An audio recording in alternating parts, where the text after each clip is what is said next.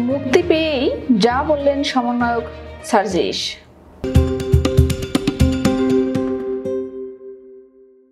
মুক্ত হয়ে সামাজিক মাধ্যম ফেসবুকে স্ট্যাটাস দিয়েছেন বৈষম্য বিরোধী ছাত্র আন্দোলনের অন্যতম সমন্বয়ক সার্জিস আলম। বৃহস্পতিবার ঢাকা মহানগর পুলিশের গোয়েন্দা বিভাগের হেফাজত থেকে সার্জিস সহ 6 সমন্বয়ককে মুক্তি দেওয়া হয়। মুক্তির পর সার্জিস ফেসবুকে লিখেছেন, কথা দিয়েছিলেন আন্দোলনকারী শিক্ষার্থীদের থেকে কাউকে গ্রেফতার করবেন না, মামলা দিয়ে হয়রানি করবেন না।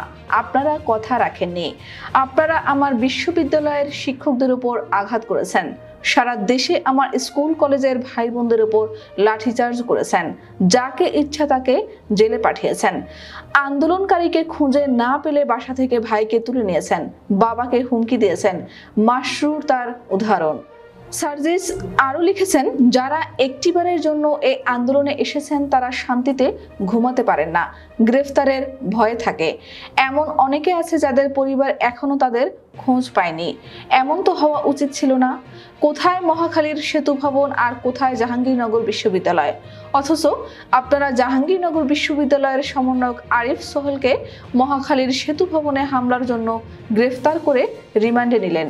সঙ্গে আছেন আসিফ মাহতাব স্যার, মাশরুর সহ আন্দোলনে অংশগ্রহণকারী অসংখ্য শিক্ষার্থী।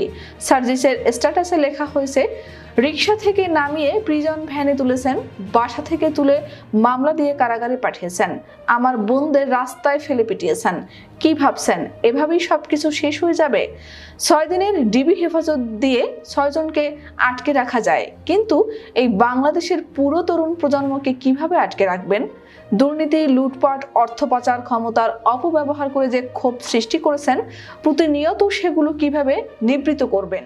পুলিশ ভাইদের উদ্দেশ্যে একটা কথা বলি, এদেশের মানুষের ক্ষোভ আপনাদের উপর নয়, পুলিশের উপর নয়। এই ক্ষোভ আপনার গায়ের ওই পোশাকটার উপর, যে পোশাকটাকে ইউজ করে বছরের পর বছর আপনাদের দিয়ে এদেশের অসংখ্য মানুষকে দমন পীড়ন করা হয়েছে, অত্যাচার নির্যাতন করা হয়েছে, জেল আর আদালতের প্রাঙ্গণে চক্কর কাটানো হয়েছে সেই পোশাকটার উপর। ওই পোশাকটা ছেড়ে আসুন, আমাদের সাথে বুকে টেনে নিব।